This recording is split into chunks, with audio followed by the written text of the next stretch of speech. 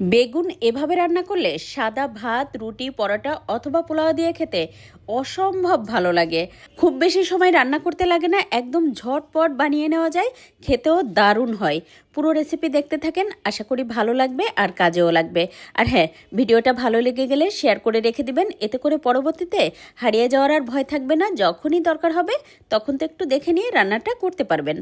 আর আজকের রান্নার জন্য এখানে বেগুন কেটে নিচ্ছি। আর বেগুনটা দেখতেই পাচ্ছেন, ও যে বোটা সহই বেগুনটা লম্বা লম্বা করে কেটে নেব। তো একটা বেগুন আমি 6 পিস করে কেটে নিয়েছি। তবে হ্যাঁ, এর থেকে যদি বড় বেগুন নেন তাহলে কিন্তু আরও 2-4 পিস বাড়িয়ে নিতে পারেন। আর যদি ছোট হয় তাহলে মাত্র 4 পিস করে নিলেও হবে। আর এই তো দেখতেই পাচ্ছেন, আমার তো বেগুন কেটে নেওয়া হয়ে গেছে। আমি বেশ ভালোভাবে ধুয়ে পানি ঝরিয়ে নিয়েছি। এখন এর মধ্যে দিয়ে দেবো স্বাদমতো লবণ, আরও দিয়ে দেবো আধা চা চামচ পরিমাণ হলুদ গুঁড়া। চাইলে সামান্য একটু শুকনো মরিচের গুঁড়া দিয়েও ভেজে নিতে পারেন। এবার তো খুব ভালোভাবে হাত দিয়ে প্রত্যেকটা বেগুন মেখে নেব, যেন সবগুলো বেগুনে লবণ হলুদ খুব ভালোভাবে লেগে থাকে। এবার বেগুনটা রেস্টে রেখে দিব যতক্ষণ না পর্যন্ত একটা মশলা তৈরি করা হয়। আর মশলা তৈরি করার জন্য এখানে একটা টমেটো ছোট করে কেটে নিচ্ছি। আর এতে করেই কিন্তু ব্লেন্ড করতে সহজ হবে। এবার একটা ব্লেন্ডার জারের মধ্যে টমেটো কুচি দিয়ে দেবো, তার সাথে দিয়ে দেবো আদা রসুন কুচি, সেই সাথে দিয়ে দেবো 4টা কাজু বাদাম, আরও দিয়ে দেবো একটা পেঁয়াজ কুচি। আর পেঁয়াজটা মিডিয়াম সাইজের ছিল। আদা নিয়েছি 1 ইঞ্চি, আর বড় রসুনের কলি নিয়েছি 5-6টা। এবার সামান্য একটু পানি দিয়ে খুব ভালোভাবে ব্লেন্ড করে নিয়েছি, একেবারে মিহি করে পেস্ট করে নিতে হবে।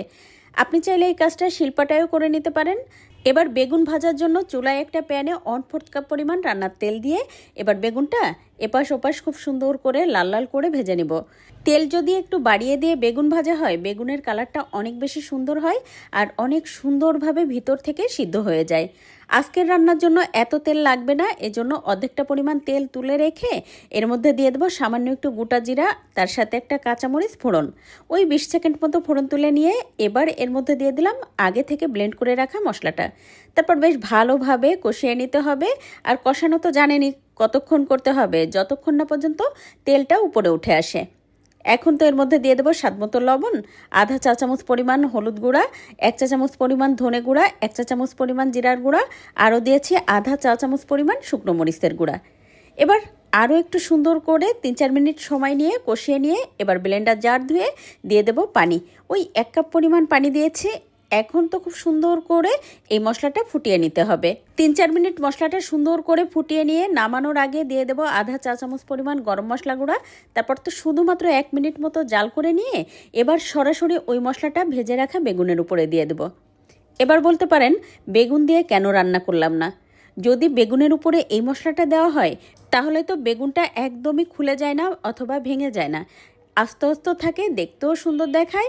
আর মশলাটা তো এমনিই বেগুনের মধ্যে যায়, তাই কিন্তু মশলা দিয়ে রান্না করা লাগে না। এটা তো আজকে পরিবেশন করেছিলাম গরম ধোয়া ওঠা ভাতের সাথে, খেতে দুর্দান্ত হয়েছিল। সবাই খেয়ে অনেক বেশি পছন্দ করেছে। আশা করি আপনি রান্না করলেও আপনারও ভালো লাগবে আর সবাই প্রশংসা করবে।